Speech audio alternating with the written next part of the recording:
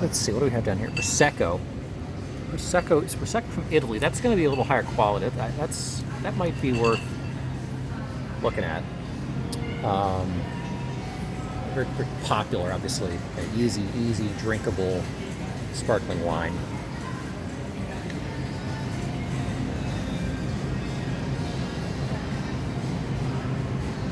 And then you'll get some of these, the more kind of sweet, the sort of dessert reds, your sort of dessert sparkling reds too. You've got to pay attention to sort of where they're from. A lot of really good, sweeter sparkling wines from places like Spain, a little bit from Italy sometimes. Portugal is going to have some very good sparkling, kind of sweet reds as well. I'm not a huge fan of like super sweet wines unless it's a really good one. I find the Spain and Portugal wines to be very tough to parse. And then when you see some of this stuff coming from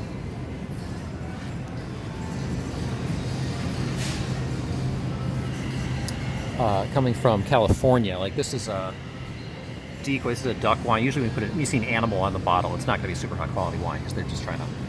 People will buy a wine with an animal for a higher price than they otherwise would, but they're saying like Méthode Champenoise. Even though this is a wine, they're going to try to make it sound like champagne, even though it's a California sparkling wine. So you'd be a little wary. Be a little wary on some of these. There's a Brut Rosé from Bordeaux. That's probably a little interesting. Anyway, I don't want to. I'm not a huge sparkling wine person. Here we have an actual champagne, and this is certainly going to be more expensive here, $53+. But that makes sense. I mean, you've got champagne. These are going to actually be from Champagne.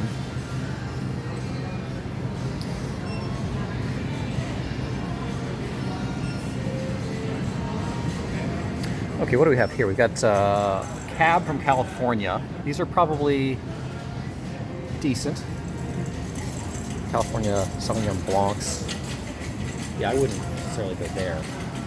But I want to get into the main kind of red and white sections here. Pinot Noirs are very popular these days. This is sort of a lighter, very easily drinkable red.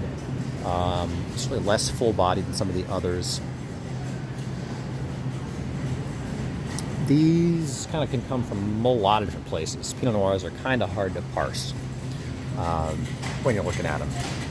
But you'll see obviously a lot from Sonoma County. That's sort of Northern California, very close to Napa, but closer to the coast. Obviously red wines generally are kind of warmer climate wines. A lot of Sonoma County I'm seeing around here. We've got some Malbecs tapped in here as well, although these are listed under the Pinot Noir section, so there's a little bit of clumsy shelving here. But if you're going for Malbecs, I mean, Argentina does very good Malbecs. That Mendoza region of Argentina, very well known for that. I wouldn't think this is going to be a great Malbec. It's $13.99, but it's probably drinkable enough. It's not going to probably tell you a whole lot about. Yeah, it's a pretty generic description about Malbecs. I mean, you see kind of generic descriptions like that, it's probably going to be, not spectacular. It looks like here they've got, the top shelf here at this store is certainly where the fancier stuff is located. Usually once you get up around $35, $40, that's when you start to get some really good wines. This is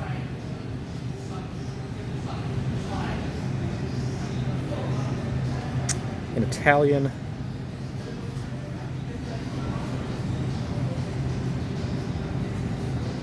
Chianti Classico. Yeah, that's going to probably be pretty good. It's sort of medium reds from Tuscany.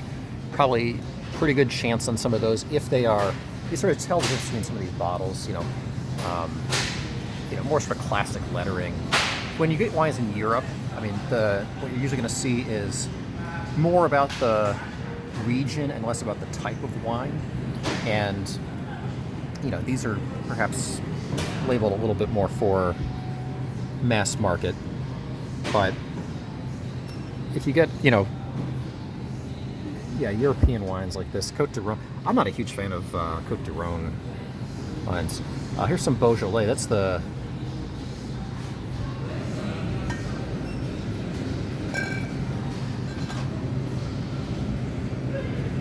region in France, kind of close to Burgundy in France, sort of central eastern France, which is going to produce a lot of really good sort of medium reds.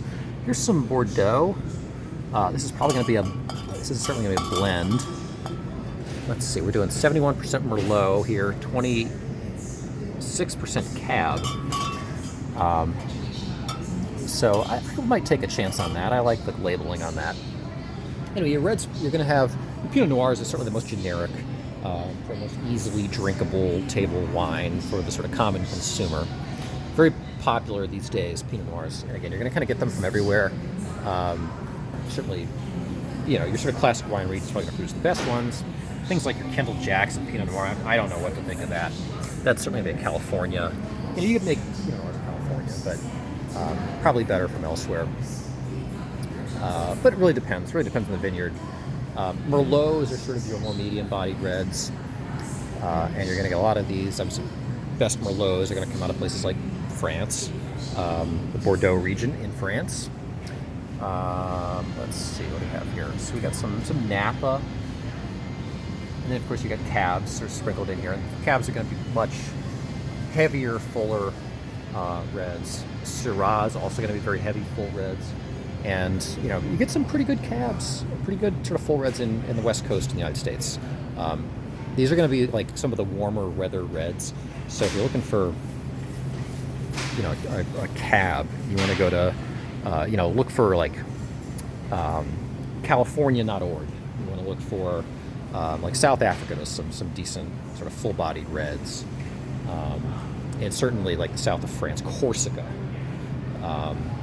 The Mediterranean coast of France, and then of course you're not going to have a lot of that in the grocery store. But your very best, some of your really I don't know, your very best. It's little people's opinions, but certainly the Piedmont in Italy is going to be really, really, really good. Got some Burgundy, Bordeaux stuff. So big waltz here, full reds, and you're going to turn around. You're going to get your whites, and you're going to have a lot of Chardonnays. Chardonnay's very, very, very popular. You get some Napa Chardonnays here. Because you go down to the lower shelf, you can get some real cheap stuff, some very mass market branded stuff. Any kind of your Barefoots is going to have every kind of wine, all from the same place. Probably not going to be super exceptional. Whereas, some of and none of these Chardonnays are going to be super, super, super expensive here. So you're not going to get like really elite French Chardonnays. If you've had a really elite French Chardonnay, you know how good those are. But you're looking for Chardonnays. Yeah, Burgundy is going to be a great location for Chardonnays. Anywhere sort of more than kind of north of France, or for the middle of France, going to be some really good Chardonnays. Oh, we got some red blends here. Red blends are tricky. You can get some really good red blends depending on where they're from, but a lot of kind of generic red blends are maybe just going to be covered up a little bit for the fact that the base wines aren't so good. So you got to be careful on that. Make sure it's from a place where red blends are actually known for being really good. And then we got some Pinot Grigios here. Pinot Grigio, Pinot Gris. These are from Pinot Grigio from Italy. Pinot Gris. It's usually from France. Although you got a lot of the stuff that gets sort of mimicked. The Oregon Valley, that Willamette Valley is in Oregon, and that's you're going to get some of these sort of cooler weather whites, not your big oaky Chardonnays, but more of your Pinots, you're going to get some more of your Sauvignon Blancs, and take your chances. I'm not a huge fan of the taste of either Pinots or Sauvignon Blancs. Um, Columbia Valley, good place for Rieslings, generally.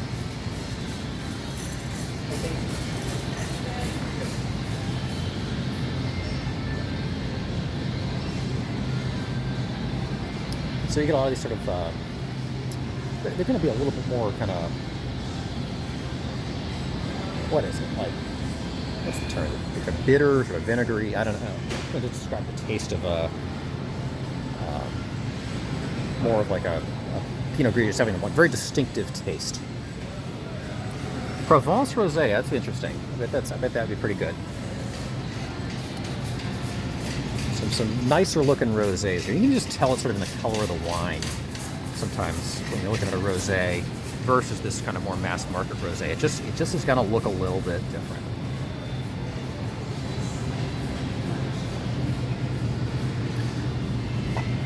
So Sauvignon Blancs, you're going to get some New Zealand. A lot of people not a huge fan of New Zealand Sauvignon Blanc, but it is one of the primary places where that gets made. You're going to have maybe some better versions from France and elsewhere. Then, you know, California, Oregon, always a little bit of a crapshoot. You're going to get a lot of vineyards making basically all kinds of wine in California. So you just got to pay really close attention to the way the bottle is labeled. When it comes to California, I mean, the more specific information you can get about where it's from, the more you can sort of specifically hone in on a particular vineyard, the better, generally speaking. And, you know, it depends what you're looking for, and how much you want to pay. You might think that California wine's going to be a lot cheaper because you don't have to pay for them to be shipped around the world. To an extent, that's true. A lot of wines you get internationally are going to come through an importer, so you'll see on the back of the bottle information about the importer. And that does mean it's sort of going through a middleman, which does raise the price a little bit. But the other thing about California is you are going to be paying more of the vineyard owner's real estate costs because a lot of those vineyards are newer. They're probably still paying down, you know, a mortgage on their vineyard, as opposed to when you get some European stuff. Sometimes the land has been, you know, in the family for generations, and we're not so worried about that anymore.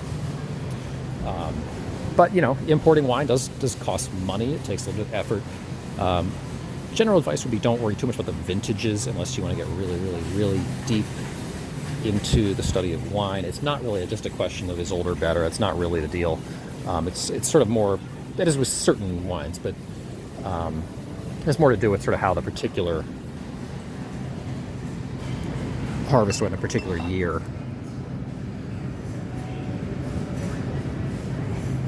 Yes, just produced. You don't have information about an importer there. That's California. Whereas if you're looking at Europe, you're going to have the importer there. See, imported by. So again, there's a difference that's going to help shape the cost. But, you know, you start paying $35, $40, you're going to get some pretty good stuff. This is probably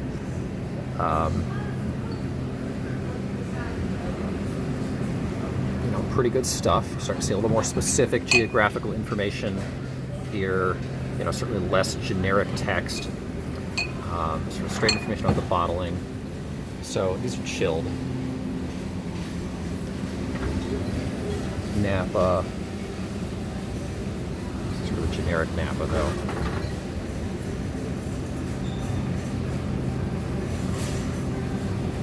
Yeah, a little bit of more specific information about the specific vineyards. That's always good. So, generally, the more specific, more classical labeling. I mean, the labelings can be all over the place, but I can sort of just feel it. You sort of feel it sometimes on a wine. It's kind of fun. Red wine of the world.